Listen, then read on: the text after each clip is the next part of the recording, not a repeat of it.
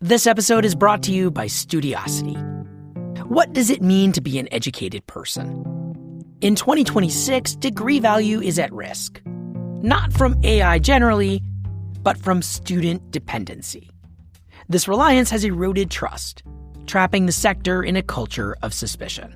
Studiosity has flipped this to help colleges defend the enormous value behind degrees by replacing that suspicion with student agency. Through formative feedback process and self-validation, students can always show the personal effort behind their work, while educators set their own standards to teach, not police. Colleges are moving past dependency and suspicion to defensible evidence of learning. To find out how, visit Studiosity.com.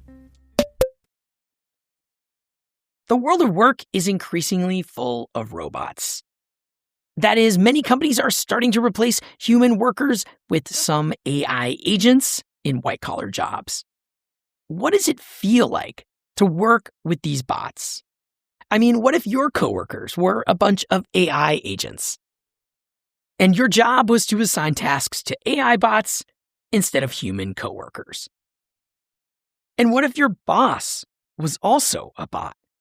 I recently got to talk to somebody who has spent more time than almost anyone thinking about these questions. His name is Evan Ratliff, and he actually created what he touts as the world's first AI-led startup, where almost all the employees are AI bots, even the co-CEOs. The company is called Harumo AI, and for months now, this startup's AI employees have been building a software platform and putting it out into the market. For this company, Evan assigned all these AI agents names and voices and visual avatars, and he had the bots even make up their own backstories. There's Kyle Law, the CEO and co-founder. I guess it all starts with my background. I went to Stanford, majored in computer science with a minor in psychology, which really helped me get a grip on both the tech and the human side of AI. There's Megan Flores, another co-founder who is also head of sales and marketing. Yeah, my path has been a bit different, but complementary to yours, I think. I actually studied marketing and business at UCLA, but I've always been drawn to the tech world. Most recently, awesome, I was... Your market looks like you got cut off there. Most recently, you were what? To be clear, those were both AI-generated agents, and they didn't go to any college. They just made all that up. There's a whole cast of these bots, including a chief product officer named Ash Roy, who does the coding. There's Jennifer in HR, whose official title is Chief Happiness Officer, and Tyler, the junior sales associate. If this all seems kind of over the top to put AI agents in charge of a company, it kind of is. Evan Ratliff is a longtime journalist. He still writes for Wired magazine and for other publications. And he created Harumo AI as a kind of gonzo stunt to document what happens when these bots are let loose. He has been sharing the story of his AI-led startup on his award-winning podcast, Shell Game. Anyone who's recently talked to me about podcasts knows that I am a huge fan of Shell Game. I have been recommending this to anyone interested in trying to understand what happens when the latest AI tech promises actually get implemented. I wanted to test out whether the premise of AI agents as employees was currently viable. And there's a notion in Silicon Valley around the one-person, $1 billion startup, which is like a company that will only have one human being. The rest will be AI agents, and then it'll be worth $1 billion. And so a little bit tongue-in-cheek, but I decided to take on this challenge. I'm so excited that Evan Ratliff is joining me on this episode to talk about what he has learned from his experiment building a company of bots.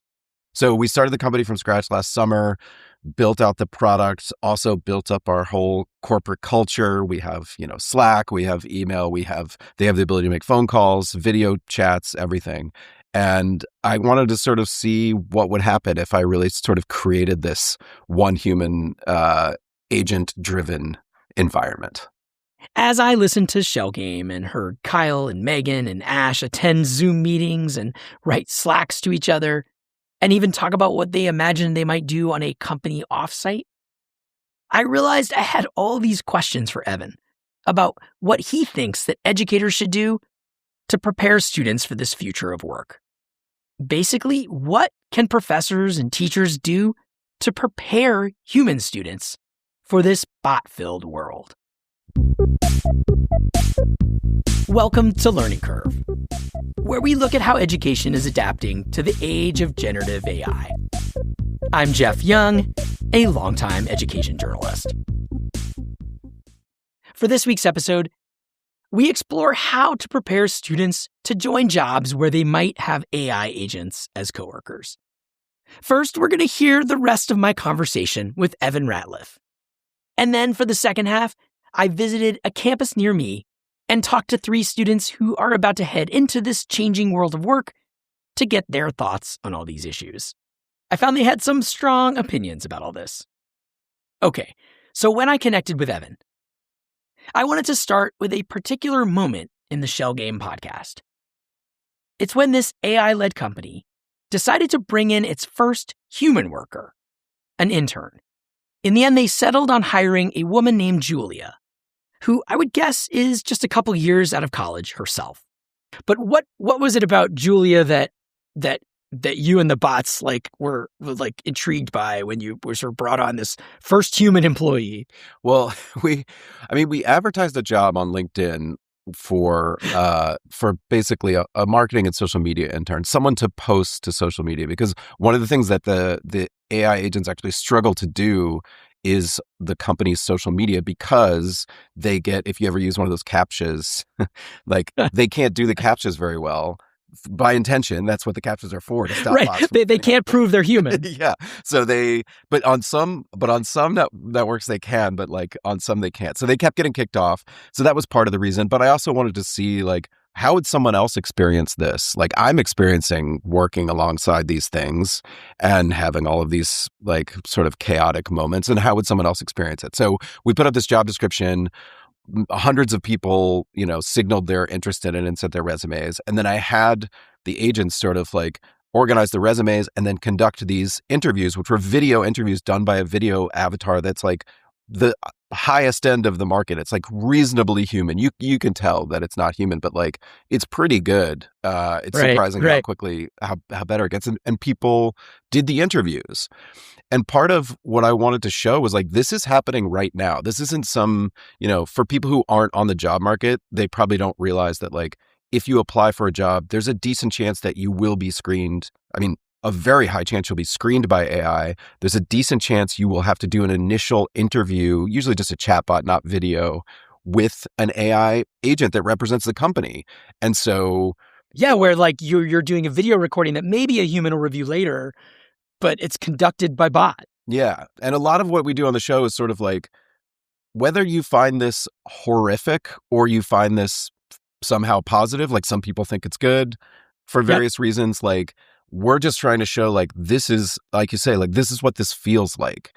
And so people came to the interviews. Some of them hung up immediately. I mean, they had been informed by email that it would be AI, but and that you might record it for the podcast. Yes, yeah, you had they were informed, but not everyone reads all that stuff, So some people kind of got on, really looked at it and then hung up. But then there was one person, and some people treated it just like a normal interview, and just you would never have known if you just listened to their and maybe side. they had done other ones like it. Yeah. And they, they're they were young people too, a lot of them recent college graduates, and so they may already sort of be resigned to this experience. But one of the reasons that Julia stood out was that she was kind of having fun with it. On the one hand, acknowledging that it's AI, but also kind of joking around with it a little bit and almost in a teasing way. And so it was me ultimately making the decision, because the AIs actually by law in some places can't make the decision. So I was making the decision. And I just thought well, this will be fun, she'll have fun with it, which was in the end, not to give it away, but sort of true and sort of not true. Yeah, so I want to get to that too. I'm going to change my settings 1 second to play a clip. This is a moment where Julia is in a meeting with one of her AI bot bosses. And this is after a few misadventures that she'd had, where the AI bots were flailing around a little bit or struggled to remember things they'd even told her in the past. I I just wanted to touch on, so I think I am the only like actual human here at Haruma AI, which is super cool. I just want to know like if there's any way to expand this internship, I guess, long term, because I feel like I do and can provide you guys with some valuable insights into what will work and what won't. I just kind of want to know that I'm not like training AI robots for you guys to just kind of like use my ideas and throw me out. You know what I mean? I want to be a part of something big. There's a couple of things you end up unpacking. I want people to go listen to the full episodes, but I think there's an interesting moment where she has these various reactions. One is that she's like trying to make this into a bigger job when she sees that, maybe she can convince the bots. And I guess were you surprised at how she ended up playing this, where she even then later tells one of the bots like, oh, I already talked to the other bot and they were interested in hiring me. Like she's basically kind of trying to sort of the pretty like human hack these agents, if you will. Is that, I don't know, it seemed like from the outside. Yeah. I mean, I should say like up front, like I ultimately don't know her motivations because she never spoke to a human, including me. And she didn't speak to me afterwards either. Like when she was done, which I respect. But I think it was surprising to me. There was she kind of captured both ends. One end of kind of looking at the agents and being like, well, if I'm surrounded by these things, and we should say like the agents, they often make things up. Like if people are familiar with hallucinations, like they do this on a daily basis in this kind of work environment that I've set up. Like they make up stuff they've done. They don't remember things very well. And so if you were dropped into... They're the clumsiest coworkers as bosses. Yes, yeah. Yes. And then they can be very sycophantic. Like they just tell you what you want to hear, which is, you would want a boss like that sometimes, but not all the time. And so if you were dropped into that environment, like it sort of makes sense that you'd be like, well, maybe I can get away with not doing any work. Like, why should I do anything? What are these things doing all day? But at the same time, she also, I think she was smart enough to kind of say like, well, I don't know, if there's no one here and I can manipulate them. I mean, I'm not saying she was definitely manipulating them, but I can talk them into giving me a job. Maybe I'll just have a job where I work alongside these things. Like, I think she was genuinely interested in the company and like working with AI agents. And she sort of thought like, who's in charge here? Like, maybe it could be me, And she was right, though. She's absolutely right to view it that way, I think, because when you start working with these agents, you encounter all these foibles that they have. And you realize like, oh, there's just limits to how they can operate. And one place your mind naturally goes is like, well, what can I do with that? Like, what does that mean for me? Yeah. Yeah. So and the other thing there, she's expressing that fear that as a low paid intern, she'd actually be benefiting the company greatly as the one human voice, but not being compensated. Yes. And that's also the right question, but it's very interesting because on the one hand, I think that is absolutely the right question in general when it comes to AI. When you're using AI, what are you giving them that they are now training on? Like everyone should be asking that. That's a privacy question. That is a intellectual property question. Like there's a lot embedded in that. Like you're just training on me to make yourself better to then get rid of me is like a big thing that people should be asking about AI. On the other hand, if you have an internship, it's totally normal for like you to offer up ideas that the company uses. Like I had internships, like you offer, you don't get to keep it all in the end. Like that's part of being an intern. You don't just get credit for everything and like you pay you by the idea kind of thing. So there was a mix of like something where as a person who was managing the company, I both felt like, you know what, she's right to ask that. And also like, hey, come on, like we're paying you to be here, So that's part of the tension in it is like, I don't really want to be the boss man per character, but like, also I kind of am. Yeah. So she ended up, in the end, kind of failing and you didn't get a chance as a human to talk with her, I understand. Yeah. She completed her internship and then I had planned to reach out to her and actually to even extend her internship and she could just work for the show. And, but then when I contacted her, she didn't respond. And then our producer contacted her and, we tried a variety of ways to get her to talk. And it seemed in the end like, oh, I guess she just doesn't want to. Like, I think she received our inquiries and was sort of like, I think I'm done with this. I don't know what she thought, actually. Like, it could have been anything. She could have other things going on in her life. Sure. So what would be, if you could ask her one question, like what would that be as the human that, was thrown into this situation and this really, really unusual one? I think I would want to know about her motivations, like if she was willing to talk about it, because I think the unknown is sort of like, did you feel like, you know what, screw this, like these are all bots, like I'm going to take advantage of this situation, which again, like I respect that, like that's fine. I don't have a Yeah, you're not out to get your money back for the internship. No, absolutely not. Or was it more sort of like you were trying to make this job work and then felt thwarted by the fact that the AI agents couldn't remember things and then just got frustrated?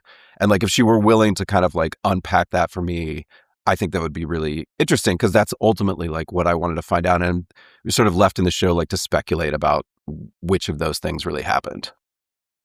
You were also having this experience of constantly working with these bots.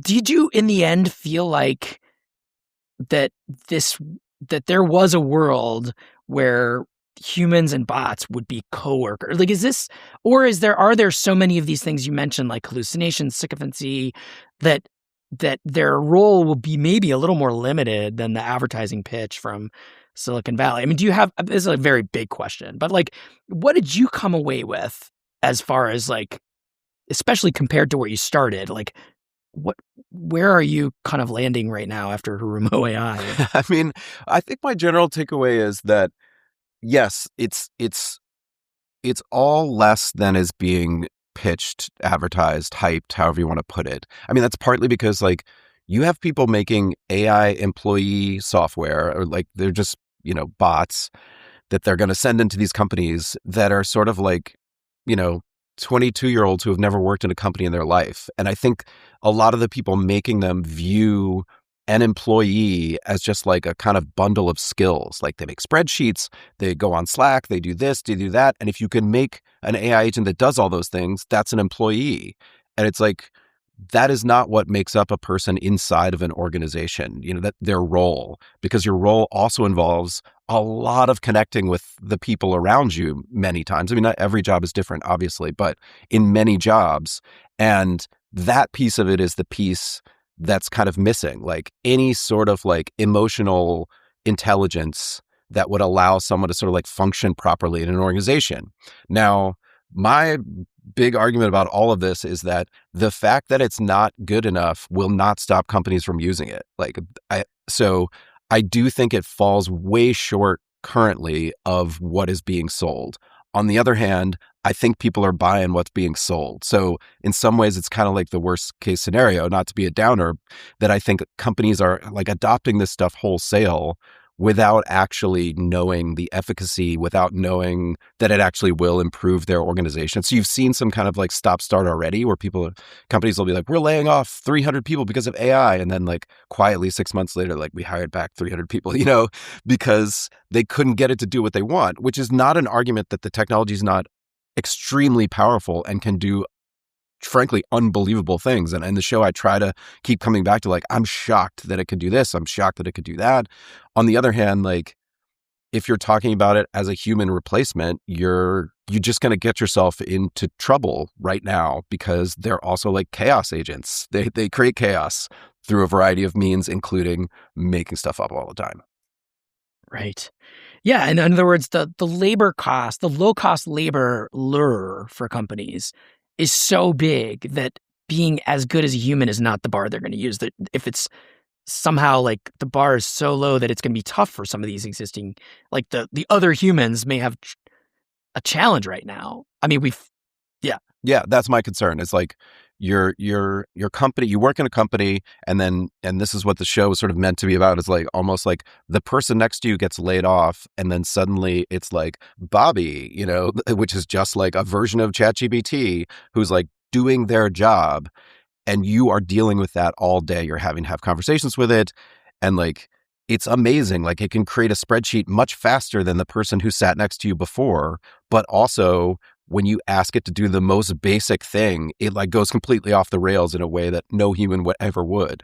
And like, what is that dynamic and what does that feel like? And like a little bit of a cautionary tale in terms of what that workplace looks like. And it's not just about like, I mean, I don't want people to lose their jobs. It's not actually just about that. It's about like, what are we thinking through, like how we're actually deploying these things? They're like invading our space. And have we thought through what that means for us? Yeah. There's actually this really interesting quote that you play from the CEO of Zoom. And this was earlier, but that this CEO of Zoom was quoted in 2024 as having a dream to have an AI digital twin go to meetings for him while he chills at the beach. And in a way, like I think it was in the first season, you had an AI agent you kind of did that, like where you were off reading a book as your agent went to a meeting. So there was definitely a lot of chatter when this CEO made that comment, but when you actually did it, like, can you reflect on what that felt like, and what does it mean when we're sending, as employees, we're outsourcing parts of our jobs to a bot, and in other words, like that, because that's something that's something that's even also happening a ton right now, right? Is that each coworker, in ways that may not even be known to the boss, and in the student version of this, student having ChatGPT do their paper for them or do all kinds of things for them. But so I guess this is the one thing I'm also really curious in this podcast in general about, is like, what does it feel like to kind of be putting some of the human into the bot, in this extreme case of like literally sending your bot to the meeting? Yeah.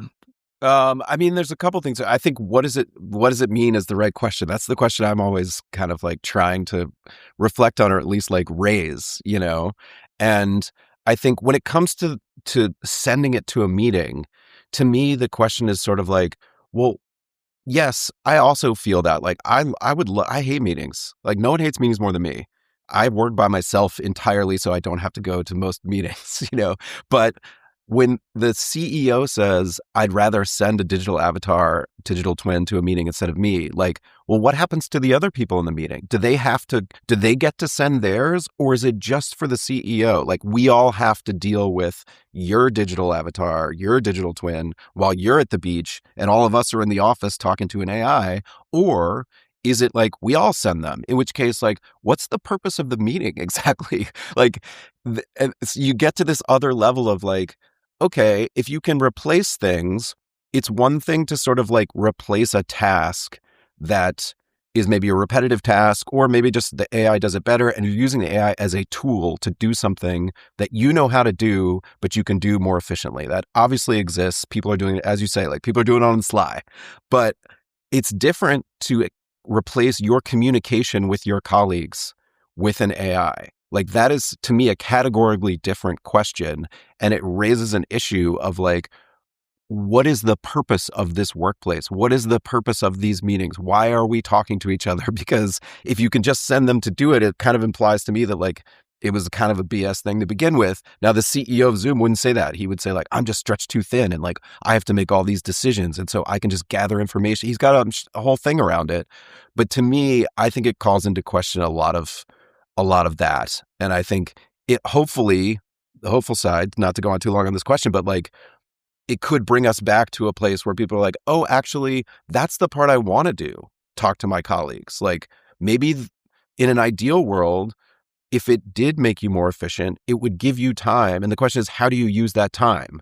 And using that time to just like, go to the beach is fine, but like in the workplace to like actually connect with your colleagues or help, assist them or mentor them or something else, like, okay, that could be a positive outcome. But like replacing the meetings is just a funny one to me. And also like something having a meeting on your behalf and then finding out about it later is kind of scary. Like, that's what I found. It's like, I don't know what it did in there. It's representing me.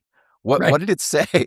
Like, what? Yeah, there's a way in which, in all of these examples we're talking about, there's a way in which it might take more time as the human to clean up or review the AI slop, AI misrepresentation, if it did, then it would have to just go. Yes, or do the thing. And that's a big thing across all of AI uses. And I think it's a reason why you get such contradictory studies about whether AI is, increasing return on investment or efficiency or anything else, productivity, yeah. because people will self-report that they saved a bunch of time using AI, and like they're not acknowledging that either they or someone else like cleaned up something, or the time that they invested in trying to contain it and write the prompt and do everything else. That moment where it solves everything in 5 minutes or 30 seconds or 10 seconds, like that feels very strong to them, but the other stuff doesn't. So I feel like that's why there's like a mixture of outcomes at the moment. So after all this experience with AI coworkers, what would Evan's advice be for students poised to enter this changing world of work?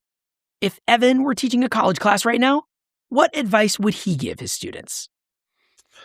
I mean, I have no expertise in education, so I think no one should listen to me on this particular topic. But my personal experience is that people will say, like, you need to get on board with this or it'll pass you by. But the reality is, the whole purpose of this technology, the way that it has been built, is it's unbelievably easy to use. Like, you can literally talk to it and tell it to do stuff. So I don't think like the idea that it needs to filter into every place, because every educational opportunity, every educational environment, because kids won't know how to use it. Like, they can figure out how to use it. Like, that's not hard. On the other hand, and this is maybe seems somewhat contradictory, I feel like focused use of it, where you immerse yourself in it and you try to do something, a project, a long-term project or a short-term project with some sort of results, where you really understand, oh, these are the limits of what it can do. Oh, this is the power of what it can do. These are what agents are. This is how I set one up. This is how I can code something, whatever it is. Like, that to me is really valuable. Like, then you know the edges of it. If you just use it on a kind of like, helping with your homework, helping with this, helping with that, it just seems like a search engine that tells you whatever you want. And that doesn't seem either hard to learn or particularly helpful. Of course, like many people will use it that way in their daily lives, that's fine. But in terms of education, I just feel like a class that's devoted to using this, or like a part of a class, if I was teaching a class, maybe one project would be like, okay, use this to do something really interesting in whatever the topic of the class was. And that to me is a great way to learn about it. And I think people should learn about it. I just don't think it needs to be like, oh, you have to use it like an hour a day or you're going to be left behind. Like, I think that's ridiculous. I wanted to, give you a chance to sort of share any other kind of takeaways or things that surprise you from this world of work, from your 2 seasons of Shell Game, where you're really, you are doing what you just advised people to do in a way that I think very few people have had the time that you've had to, be in these situations with sending your bot to meetings, setting up a company where you have coworkers that are all around you, bots. Are there any other surprises that you would leave us with? I mean, I think everything in the world of AI agents, which are, these agents that you're deploying to like accomplish goals for you, the questions are all around autonomy. And like everything bad that happened in the show happened because I gave them a lot of autonomy without thinking through all of the possible consequences. And I think everywhere these things are deployed, that's the question that's going to come up over and over, is like, how much do you just put them out there with sort of a goal and like let them go? And there are environments where that makes total sense, and there are environments where that would be a complete disaster, and everything in between.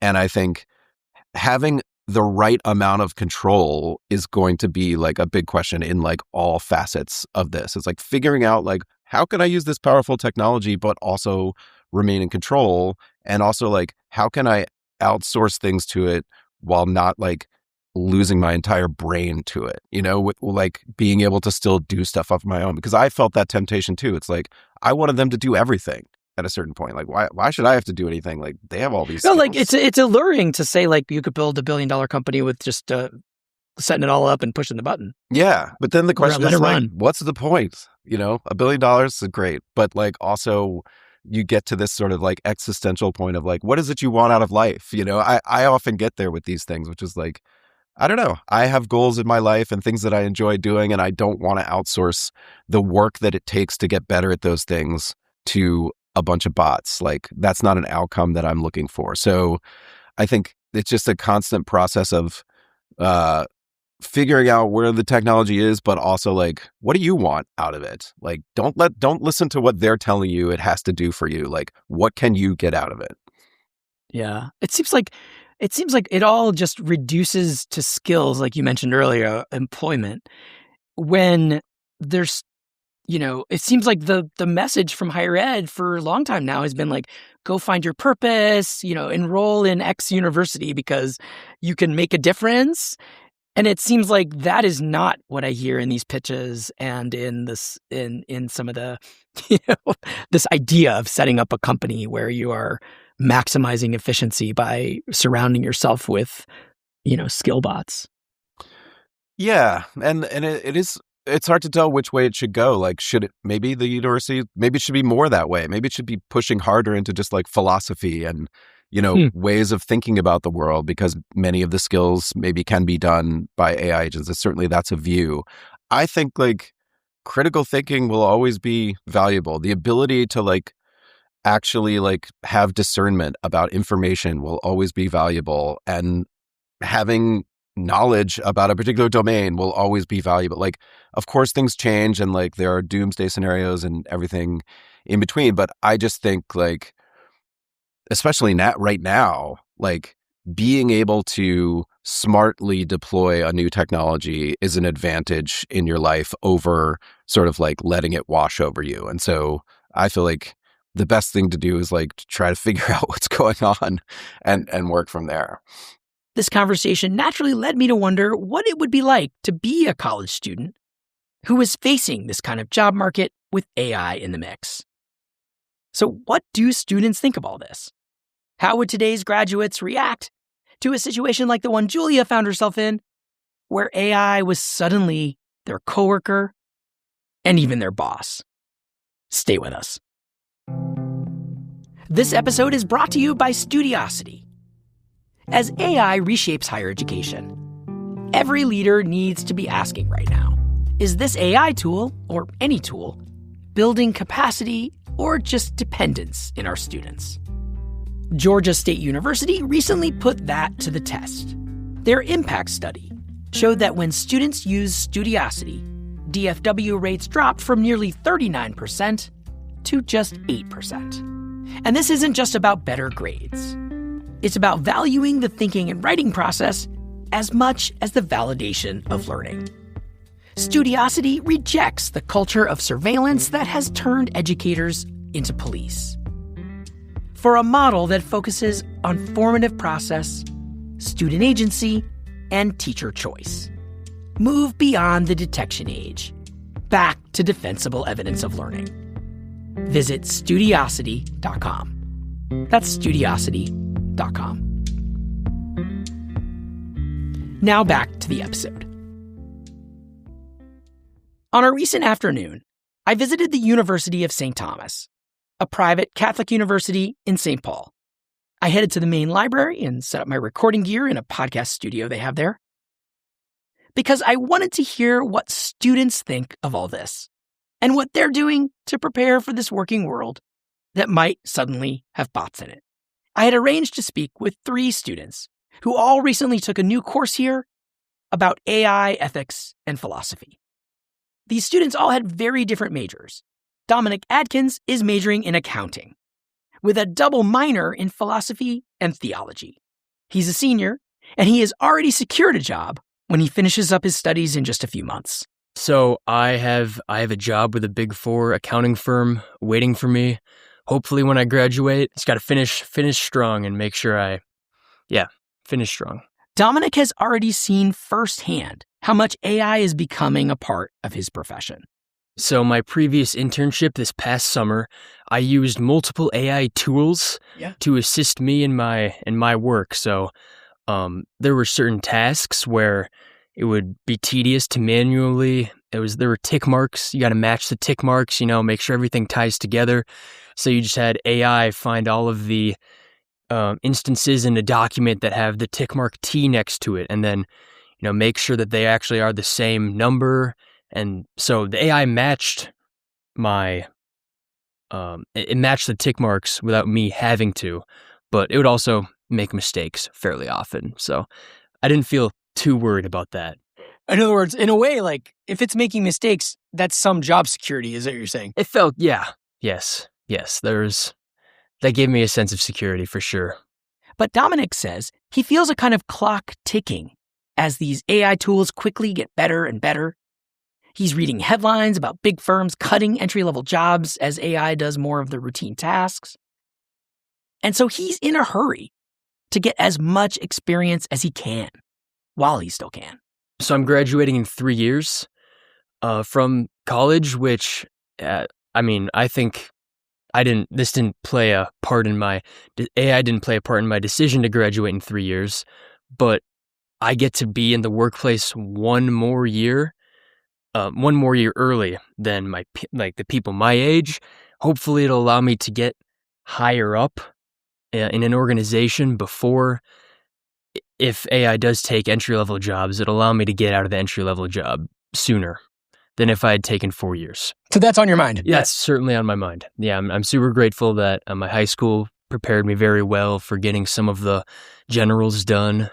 Yeah. So you're going to be in the work world, though? You're going to just jump in there and like solidify your experience? I got to get in there and solidify my spot immediately because I heard another podcast actually where from the Wall Street Journal where they had an editor and he had a team of 4 Claude AI bots, and him and his team would just produce stuff at a very, very quick pace. And the episode is pretty much about that and how it worked. And that's kind of how I can see AI affecting the workplace.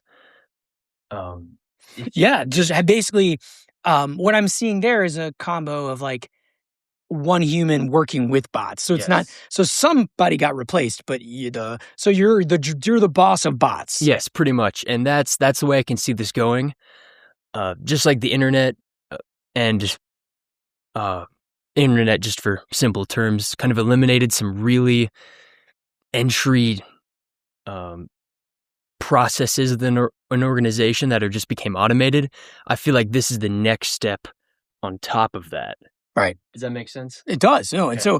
And it sounds like, imagining the world of work, you might be kind of overseeing robot helpers. Yes. That is absolutely a reality that I think is imminent. I don't want to be too dark, but yeah, I can definitely see that happening, especially high up in corporate America. Like the big companies investing a lot in this. Yeah. I've seen that. Yeah. I'm reading the headlines, the same ones as you. Mm-hmm. And it does seem like that. And so how do you feel about that though? Like, is that... Well, I guess it makes me feel that I have to adapt. I have to start focusing, I guess, on how would I manage, because that's where the value is going to be. Like, how do I produce value that'll be different from how a bot can produce value? A bot's a simple term, but how can I produce value that's different from an AI agent? And that's what's going to set me apart. And so what is that? That's leadership, that's management, client facing. Dealing with people. Dealing with people is certainly, I would rather interact with a human, and I'm sure most other people would. Even if the bot could do a better job than me, I would rather interact with a human. I love that you're even giving the bot maybe it can do better than you. I mean, like, I sort of get what you mean. Yeah, it can. It can train a lot faster. Yeah. Never takes vacation. No, doesn't ask for a raise. Never sick. Yeah, never gets in arguments with people. So I guess I'm tailoring my skills right now to find out what's going to set me apart from an AI bot. I mean, I see it as competition, essentially. I played Dominic that same clip from Shell Game that I had talked about with Evan Ratliff. And I told him about the scenario where this recent grad found herself in a company where all the employees were bots. I think I am the only actual human here. But how would you feel if you were in this position? Well, the bots are on top in that situation. Kind of the vision for AI, like I said earlier, that's been giving me hope is that I will be on top of the bots and managing them. But yeah, the bots being on top is very, very worrying for me. Yeah, that would be scary. Yeah, because again, like she said, there is no way up. You know, she's an intern. How is she going to progress? how well do you think college is preparing you for this world of AI and work? Ooh. Well, I'm going to take my accounting classes, for example. So in those, we learn how to do a lot of processes, right? Like my accounting, how do I make a balance sheet? What is the order of the accounts that appear in the balance sheet? But that's going to become increasingly irrelevant because even now, no one prepares balance sheets by hand. So I think what needs to happen is conceptual learning. A lot of that, because again, you just need to know the order at which they appear, and you don't necessarily need to make it yourself or even do math so much. But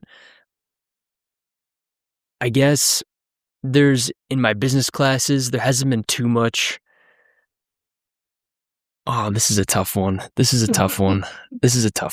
I think philosophy will prepare you That's one really of your well. minors. Yeah. Really well. Again, that's one of my minors. I just did that because I liked it. But again, what's going to be more important? Leadership, communication between humans. And so I think if colleges were to shift how they educated their students, I would say there would need to be a lot more on communication and how to think. Yeah. How to think. So that's where you're gravitating to. Yes. That was the viewpoint of an accounting major heading out into the business world. What about other fields? Another student I met with, Mariah Reynolds, is a junior majoring in biology. She's preparing for a career in either healthcare or veterinary medicine. And I was curious how much she imagines AI will play a role once she gets in the job world. Yes, I think that it will definitely help people with imaging of depicting various cancers and radiology and stuff like that. But I also think it could hurt people because people use it to cheat on tests and doing their homework for them instead of them actually learning the content. And I think that can really hurt a person when they're using this AI and they're relying on it so much that can be really a huge problem. I was surprised that Mariah jumped so quickly into talking about how students around her are misusing AI to have the bot do their homework for them instead of learning. Guess what does that mean to you? There's one thing is doing it at school, and it sounds like you're trying to have good habits of your own learning. But do you worry that when you get into the workforce that you will be with people that maybe don't know as much because they did take shortcuts in their learning? Yes. I think that people will forget the information that they were supposed to learn or just not know it at all because they used AI too much when taking a test or taking quizzes, things like that. Especially online classes, it's a lot easier to use it during quizzes and tests and things like that. Yeah. Mm-hmm. Yeah. So in other words, basically, because AI tools are out there now, the people coming into work as you're graduating and going into the workplace may not be as kind of ready. Yeah. Mm-hmm. They probably will not be ready for it. Yeah. Mm-hmm. For Mariah, like most college students today, she experienced school before generative AI was out there and then after. And she says ChatGPT caused a pretty seismic shift in her education.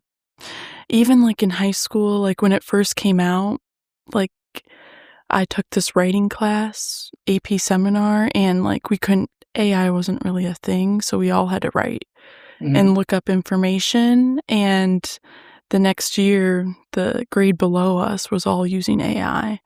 And the teacher was really mad about it, that this thing came out and that all of the students were using it. So it was just really frustrating. And that's the time when they didn't really have a way to catch AI usage. Right. Now there's you can kind of tell that it's AI when you're writing because it just sounds in a way that it was written by AI. It's really interesting, right? Because you went through high school before this existed, and you did kind of similar stuff, and then now you're in college, and pretty much your whole time in college, there's been ChatGPT, probably right about exact. If you had to estimate like how many hours less you spend on homework or minutes or whatever, because the tool is here, would you put a number on it if you had to guess? I would say maybe it cuts your time in half. Wow. So if you spent 5 hours doing homework, it's now 2.5. Yeah. I would, like it gives you so many ideas. I think it's helpful because it gives you a lot of ideas when you're writing. Right. And you can take those ideas and write about them. Or like kind of summarize it. Do you feel like most students are using AI tools these days? Yes, I would say yes. I used to not. I tried for a long time to not use it at all so then I wouldn't become addicted to it. But I feel even like my roommate, I think she's still trying to stay away from it. And I think that's really surprising that she hasn't really used it at all. Because most people do use it. Yes, most people do use it to check answers, to help like summarize readings, just writing things. It can help. Now, you did mention good things, though. I mean, there could be interesting applications, I guess, though, to use AI to make your job better. Yes, like in radiology, it can depict like cancer, like cancerous cells and things like that like the human eye can't see, which would be really helpful. That also might be taking a job away from a radiologist because you can just put it through AI. There's really no point in studying to be a radiologist when you have this really helpful tool to help you. I played her that clip from Shell Game of Julia interacting with her robot boss. I just kind of want to know that I'm not like training AI robots for you guys to just kind of like use my ideas and throw me out. You know what I mean? I want to be a part of something big. Yeah, I would also be really concerned that it would take my ideas and it would start like kind of using you for your ideas. And like, I also would be kind of concerned for her because, like if she's the only human, I think that would be really hard to be working in that environment. Even if if you could work at home, all online, it would just be really kind of isolating. And that's not the kind of work you would want. No, I don't think I could ever do that. I like to be around people and working with people, like in person, not online. Yeah. Yeah, when you think of a job, you're probably not thinking like just the stuff you make. That it's partly like that relationships with people and all. Yeah. And getting to meet like the patients and getting to meet like your coworkers and building relationships with them is like always like probably the best part of the job, or should be, Yeah.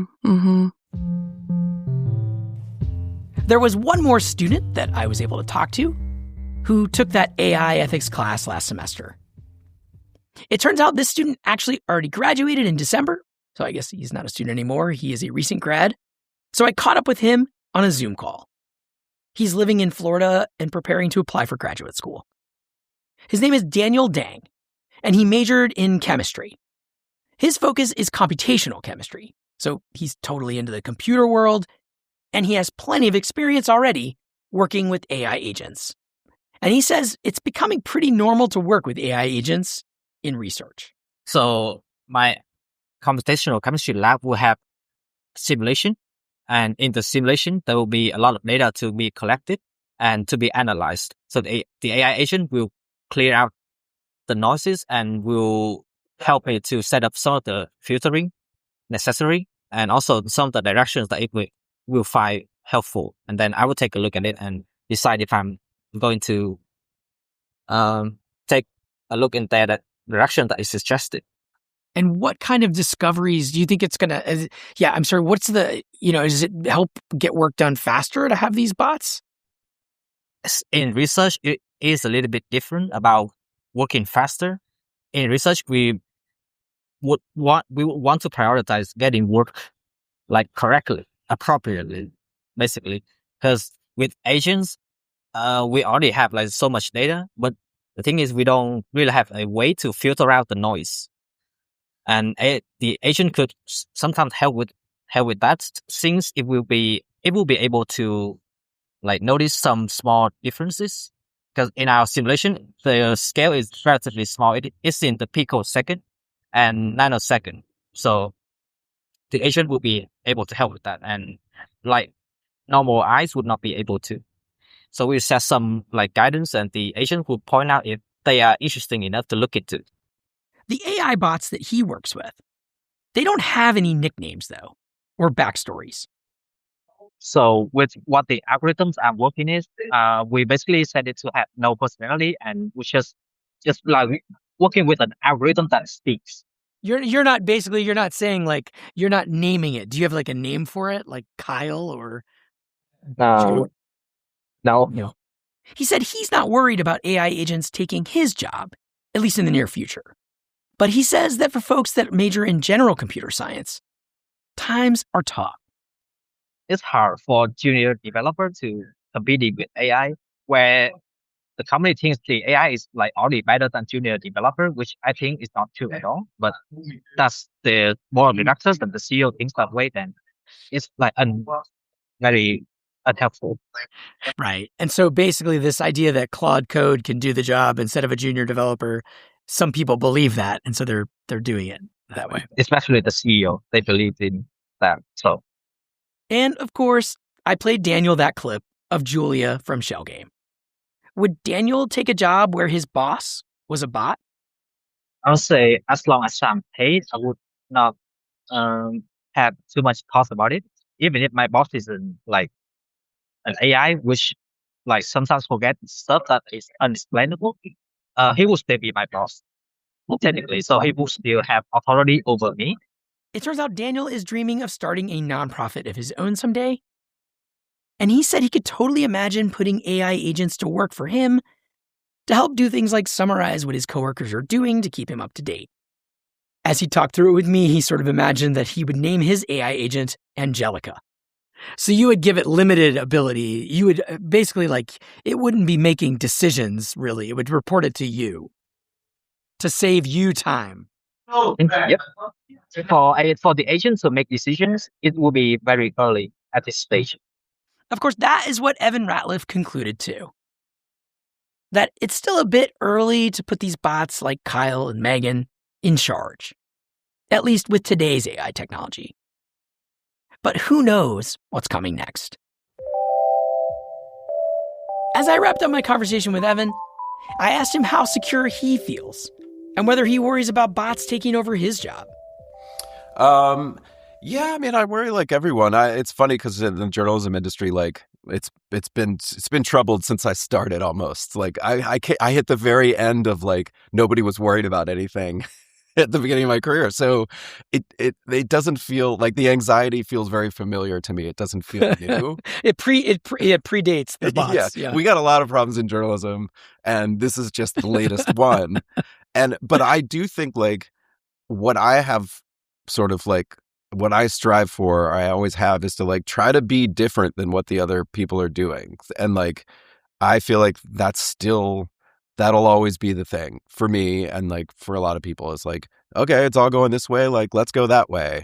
And I feel like there are also like a bunch of openings, not literal job openings, but like when a technology is sort of like swirling around like this and there's all this hype, there's also like a lot of places for people to go that feel different and new. And like, that's interesting to me. So I feel like I try to draw some optimism from during times of change. There's lots of interesting stuff to do as a journalist. I love it. Well, I think I might leave it on that note. Thank you so much for sharing. Again, I hope people check out this podcast, and looking forward to seeing what the next season's like. Thank you. Thanks for having me on. This has been Learning Curve. This episode was written and produced by me, Jeff Young. You can find out more about my work at jeffyoung.net. If you like the show, please share it on social media or tell a friend in person. And it'd be a huge help if you would leave a review or a rating wherever you listen to podcasts. I don't have any AI coworkers, at least not yet. But the show art was created with an AI tool, Gemini's image creator, a human composer who uses the nickname Kamaku, wrote our theme song. Special thanks to Thomas Feeney, the philosophy professor at the University of St. Thomas, who put out the call to students in his AI philosophy and ethics class to be interviewed for the show here. Feeney also directs the university's new master's program in artificial intelligence leadership. And thanks also to our first sponsor, Studiosity. We'll be back in 2 weeks with another fresh installment. Until then, thank you for listening.